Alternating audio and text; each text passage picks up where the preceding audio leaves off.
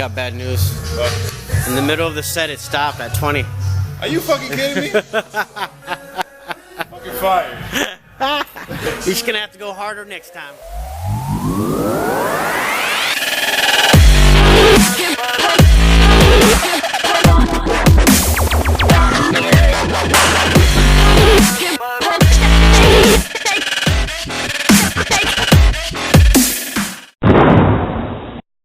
I'm like, man, your arms are too big. Niggas was on Roy's, right? Nah, that's definitely not Roy's. No? No, I've seen Roy's. They're much bigger.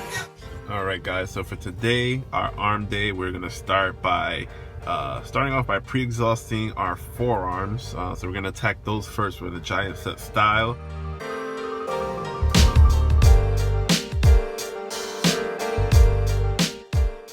Alright, so as you can see, we're doing reverse barbell curls, and again, we're just trying to tax our, engage our forearms a little bit more here.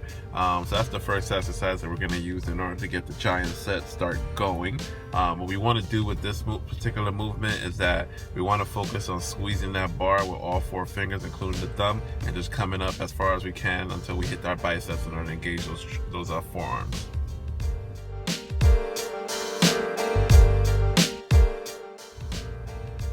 I love hammer curls, especially with dumbbells, just because you can throw a lot of weight in on it. So the trick with the hammer curls is not to swing your arms and kind of just focus on keeping your arms as stable as possible. For me personally, I like to throw the weights right to my chest. So as soon as I get chest level, that's where like my stopping ground, and I don't go any further than that. That gives me a good contraction to the forearms.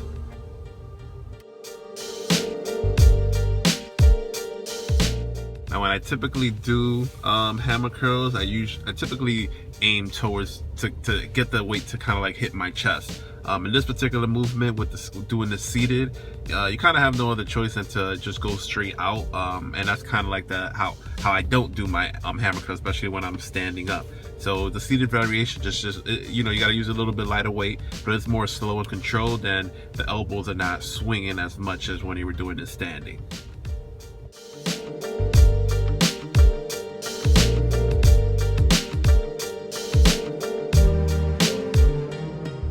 We're gonna start the actual arm workout here with preacher curls, and the preacher curls that I'm doing here is more so that I don't use other muscle groups in order to contract my biceps. I'm just focused on trying to pump as much blood into the biceps for the first exercise, trying to like pre-exhaust, get a good little pump.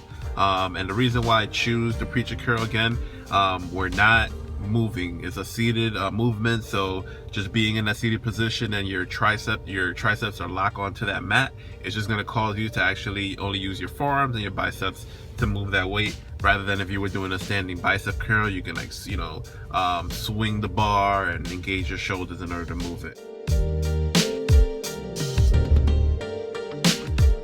Dips is one of those like movements that is like extremely overrated. I feel like a lot of people shy away from it, either because they can't do as many, but you just have to do them very frequently. Dips, again, when it comes to body movements, dips is great at building the lower chest as well as building on the triceps. You just have to maneuver your body a little bit different.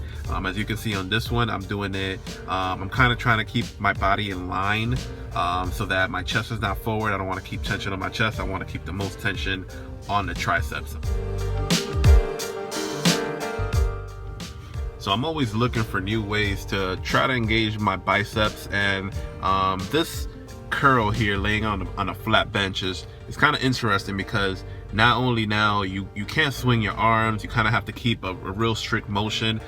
So it's just a great isolator to just get a good pump out of from the cable movements. What I can kind of relate it to is gonna be like a dumbbell concentration curl, where you kind of just got your arm down and it's not holding on to anything, and you're just coming up to 90 degrees. That's what I can relate this movement to, but it's just with cables, so you're using both biceps to move the weight.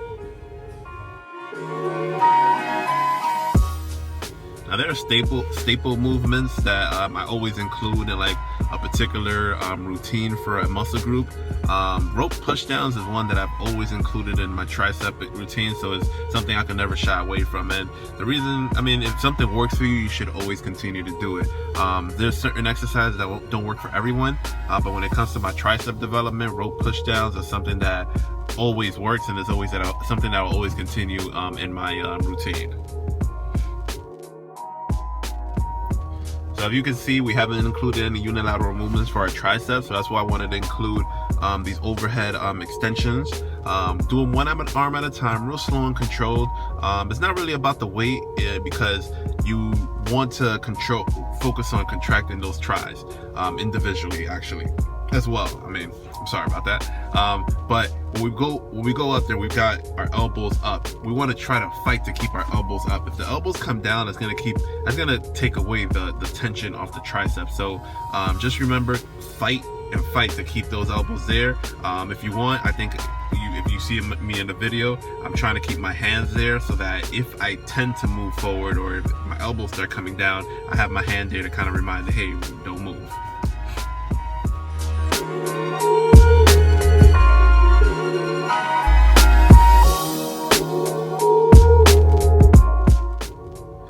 Standing barbell curls, that's another staple when it comes to arms. It's like the compound movement of building biceps. And I say that because if you're gonna throw up the most weight, it's gonna be when you're doing the standing barbell curls. You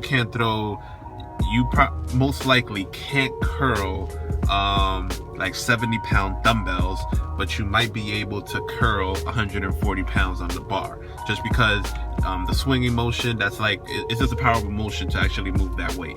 On the last set, I tried to do negatives, and the reason why I did negatives was more for getting that stretch on the bicep muscle. Like coming up, explosiveness, and then fighting to come down slowly is a crazy pump on the biceps. You guys should try it out.